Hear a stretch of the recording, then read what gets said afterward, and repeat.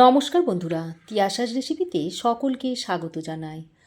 আজ নিয়ে এসেছি পেঁয়াজকলি আর মুসুর ডাল দিয়ে একটা দুর্দান্ত স্বাদের রেসিপি, যেটা গরম ভাতের সঙ্গে খেতে অসাধারণ লাগে।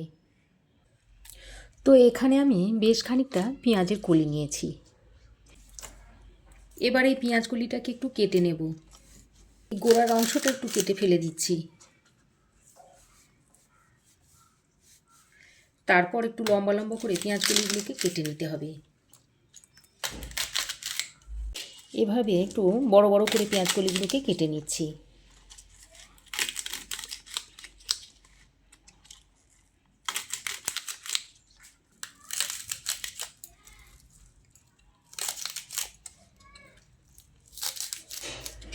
পেঁয়াজকলিটাকে আমি কেটে নিয়েছি। এবার একটা পাত্রের মধ্যে তুলে নিচ্ছি।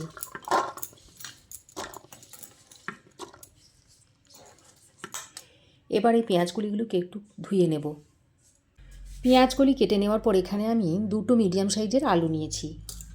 এই আলুগুলোকে এবার কেটে নিতে হবে। আলুগুলোকে একটু এরকম লম্বা লম্বা করে কেটে নিচ্ছি।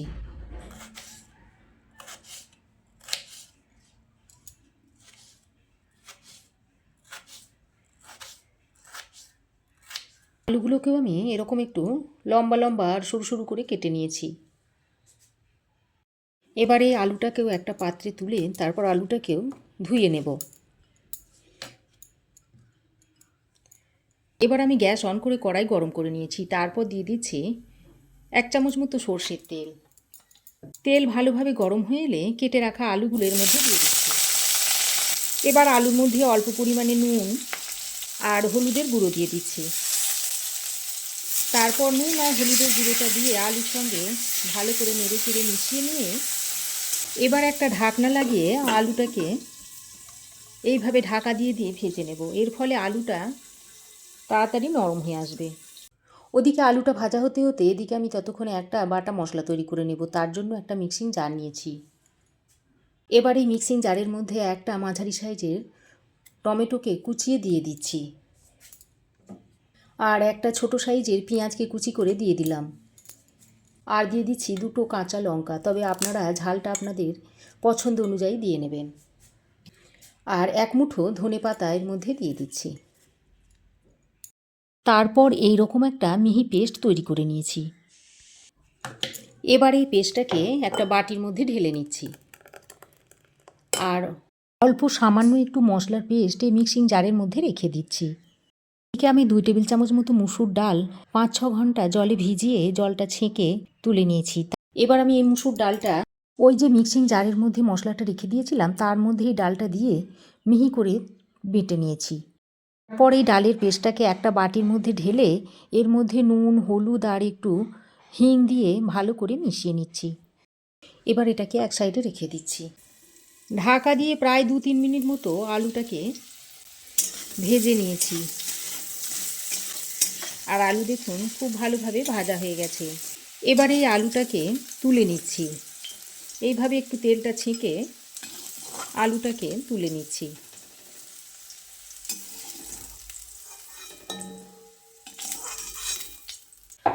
আলু ভেজে তুলে নেওয়ার পর ওই কড়াইয়ে যে তেলটা রয়েছে সেই তেলের মধ্যেই পেঁয়াজকলিগুলো দিয়ে দিচ্ছি। পেঁয়াজকলিগুলোকে দিয়েও হালকা করে একটু ভেজে নেব। তবে পেঁয়াজকলি খুব বেশি সময় ধরে ভাজবেন না, তাহলে পেঁয়াজকলি একেবারে গলে যাবে। যেহেতু পেঁয়াজকলি রান্না হতে খুব সময় কম লাগে।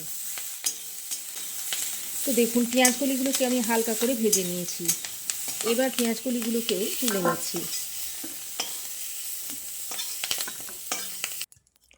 তো দেখুন পেঁয়াজকলি এমনভাবে ভাজতে হবে যেন পেঁয়াজকলির কালারটা একেবারে চেঞ্জ না হয়।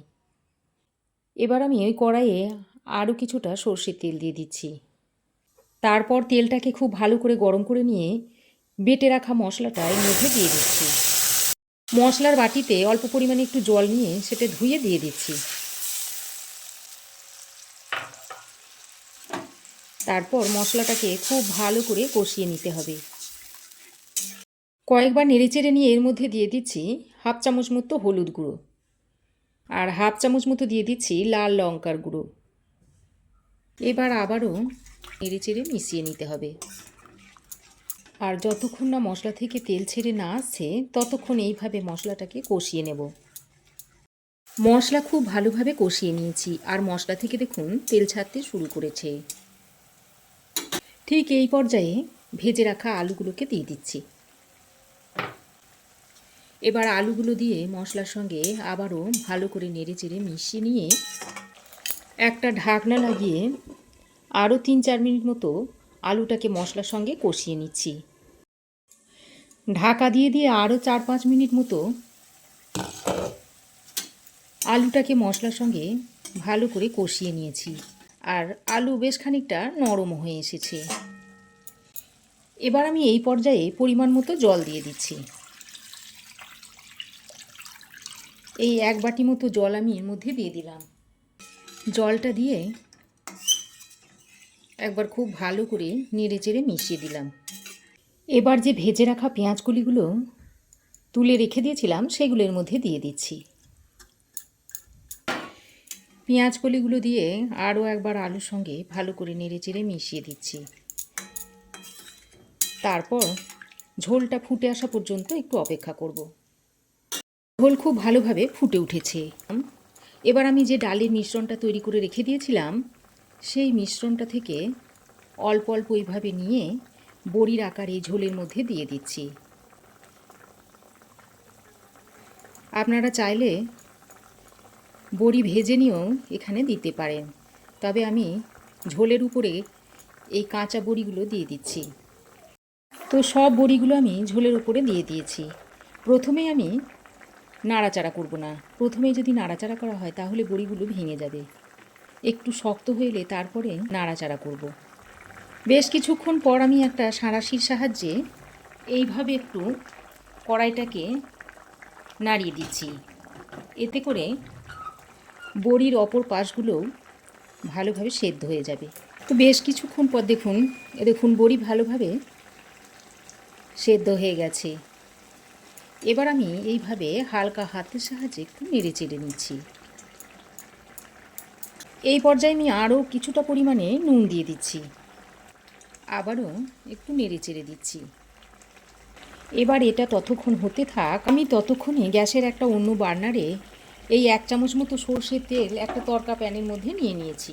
তারপর এর মধ্যে একটা শুকনো লঙ্কা ছিঁড়ে দিয়ে দিচ্ছি আর একটু রসুন থেতো করে দিয়ে দিচ্ছি আর অল্প একটু রাঁধুনি দিয়ে দিচ্ছি।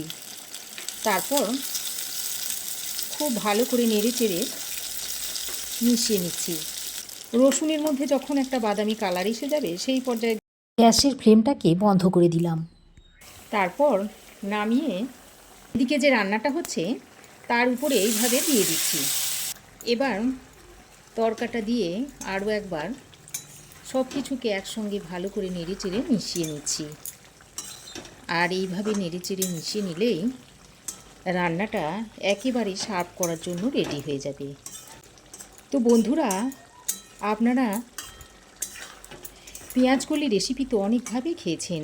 শীত থাকতে থাকতে এইভাবে একবার পেঁয়াজকলিটা আপনারা তৈরি করে খেয়ে দেখুন, আর কেমন হয়েছে অবশ্যই একটা কমেন্ট করে জানান।